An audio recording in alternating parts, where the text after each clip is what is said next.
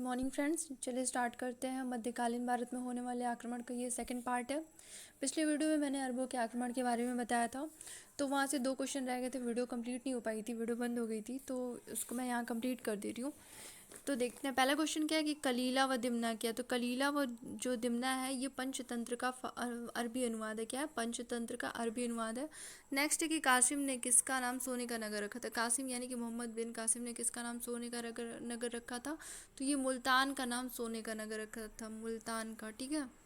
और कब यहाँ पे आक्रमण किया था? तो यहाँ पे आक्रमण किया था इसने 713 ईस्वी में।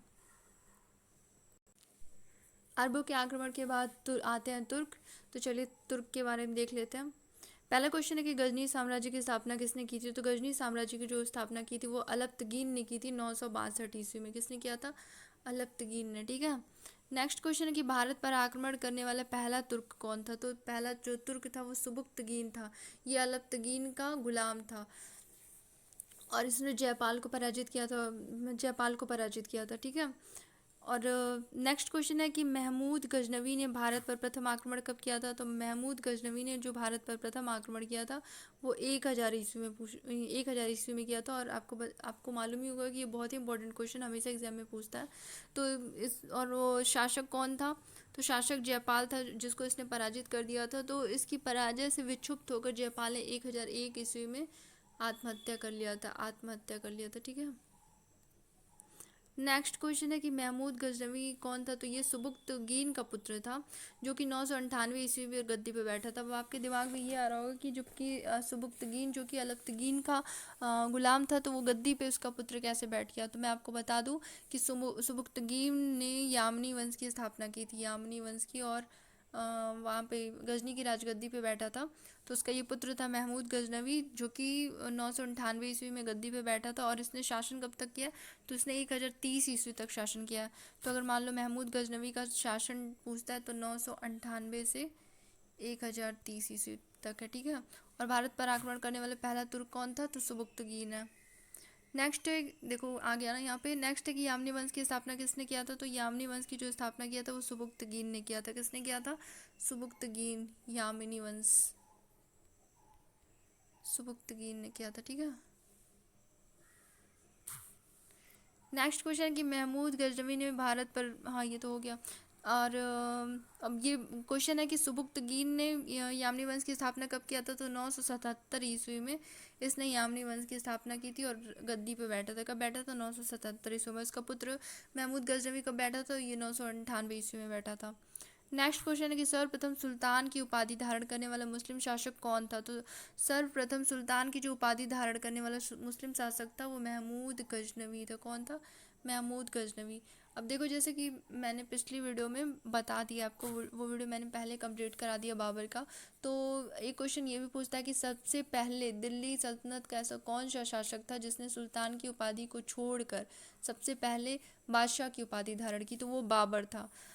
तो अगर मान लो बादशाह की उपाधि धारण करने वाला बाबर था और सुल्तान की उपाधि धारण करने वाला कौन था? तो ये महमूद गजनवी था। इसने कब धारण किया था? तो इसने सिस्तान के राजा खलफ बिन अहमद को पराजित करके। किसको? खलफ बिन अहमद। खलफ बिन अहमद खलफ बिन अहमद को पराजित करके इसने इसके सुल्तान की उपाधि धारण की थी। ठीक है।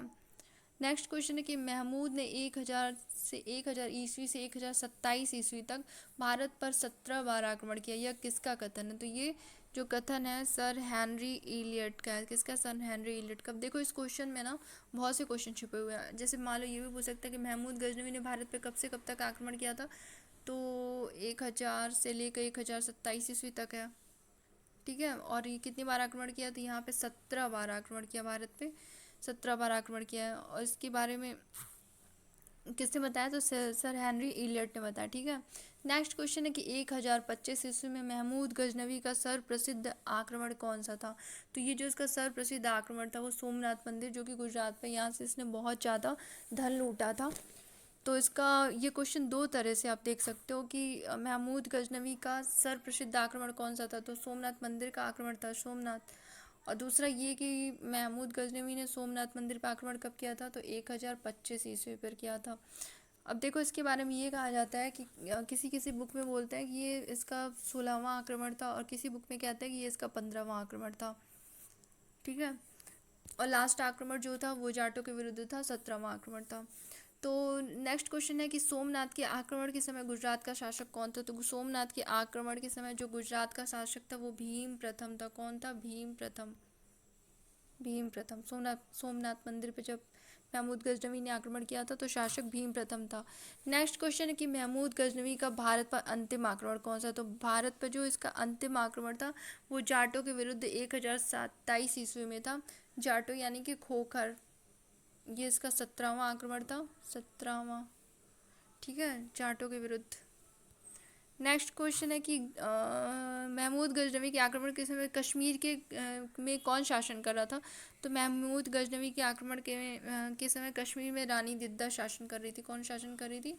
रानी दिद्दा। ये इंपॉर्टेंट क्वेश्चन लगा तो इसलिए मैंने यहाँ पे इंक्लूड कर दिया। नेक्स्ट क्वेश्चन है कि यह किसका कथन है कि महमूद के भारत आक्रमण का उद्देश्य साम्राज्य विस्तार। ये किसका कथन है कि महमूद के भारत आक्रमण का उद्देश्य धन लूटना था, न कि साम्राज्य का प्रचार और प्रसार।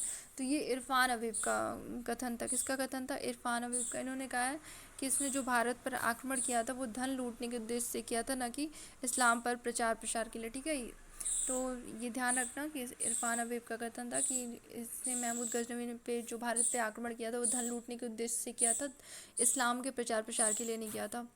नेक्स्ट क्वेश्चन है कि महमूद गजनवी के दरबार में कौन कौन से विद्वान थे। तो महमूद गजनवी के जो दरबार में थे वो अलबरूनी, बैहाकी, उतबी, फिरदौसी और उनसारी थे। कौन कौन से थे? अलबरूनी, बैहाकी, उतबी, फिरदौसी और उनसारी थे। ठीक है। अब अलबरूनी की एक बहुत ही महत्वपूर्ण किताब है जो अक्सर एग्जाम में पूछता है कि किताबुल हिंद किसकी पुस्तक है। तो किताबुल हिंद जो है वो अलबरूनी की पुस्तक है। किसकी पुस्तक है? अलबरूनी की। और अलबरूनी के बारे में ये भी कहते हैं कि ये इसको पुराणों का अध्ययन करने वाला कहते हैं, यानी कि ये पहला मुस्लिम शासक था जिसने पुराणों का अध्ययन किया था। किसने? अलबरूनी ने। अलबरूनी ने पुराणों का अध्ययन करने वाला ये पहला मुस्लिम शासक था। ठीक है। नेक्स्ट क्वेश्चन है कि किताबुल यामिनी की रचना किसने की थी। तो किताबुल यामिनी की जो रचना की है वो उतबी ने की है। किसने किया है? उतबी ने। किताबुल यामिनी।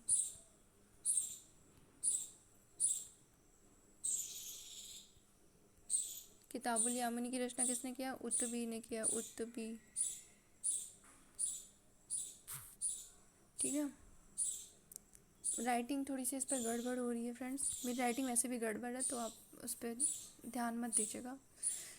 नेक्स्ट है कि तारीख़ सुबुक्तगीन की रचना किसने किया। तो तारीख़ सुबुक्तगीन की जो रचना किया है वो बैहाकी ने किया। किसने किया? तारीख़ सुबुक्तगीन की। तारीख़ सुबुक्तगीन की रचना किसने किया? बैहाकी ने किया। तारीख़ ए सुबुक्तगीन, तारीख़ सुबुक्तगीन की रचना किसने किया? बैहाकी ने किया। ठीक है। नेक्स्ट क्वेश्चन है कि लेन पोल ने पूर्व का पेप्स की उपाधि किसे दी है। तो पूर्व की जो पेप्स की जो उपाधि है वो बैहाकी को दिया। किसने दिया? पूर्व का पेप्स। पूर्व का पेप्स ये बैहाकी को कहा है लेन पुल ने। किसने कहा है? लेन पुल ने, बैहाकी। ठीक है। नेक्स्ट क्वेश्चन है आपका, शाहनामा की रचना किसने किया। तो शाहनामा की जो रचना किया वो फिरदौसी ने किया है। किसने किया है? फिरदौसी। शाहनामा फिरदौसी ने। और एक क्वेश्चन और है कि पूर्व का होमर किसे कहते हैं। तो पूर्व का जो होमर कहते हैं वो फिरदौसी को कहते हैं। पूर्व का होमर, पूर्व का होमर, पूर्व का होमर फिरदौसी और पूर्व का पेप्स बैहाकी। पूर्व का पेप्स बैहाकी को किसने कहा? तो लैनपुल ने कहा है। और पूर्व का होमर किसे कहा जाता है? तो फिरदौसी को कहा जाता है। नेक्स्ट क्वेश्चन है कि तुर्कों द्वारा प्रयोग किया जाने वाला नावक क्या है। नावक, ये मुझे इंपॉर्टेंट लगा कि एग्जाम में पूछ सकता है, ऐसे बहुत कंफ्यूज हो जाता। तो ये आपको बता दूँ, ये विशेष प्रकार का धनुष था जो कि तुर्कों के द्वारा यूज़ किया जाता था। नावक, ये धनुष था। क्या था? धनुष। ठीक है। नेक्स्ट क्वेश्चन है कि सोमनाथ मंदिर का पुनर्निर्माण किसने कराया था। तो सोमनाथ जो मंदिर का पुनर्निर्माण कराया था वो 1026 ईस्वी में चालुक्य शासक भीमपाल प्रथम ने कराया था। किसने कराया था? भीमपाल प्रथम ने कराया था। ठीक है, 1026 ईस्वी में चालुक्य शासक भीमपाल प्रथम ने कराया था। और 1096 में जो कराया था, 1096 में फिर पुनः कराया था कुमारपाल ने। और उस टाइम शासक कौन था? वो भीम प्रथम था। ठीक है,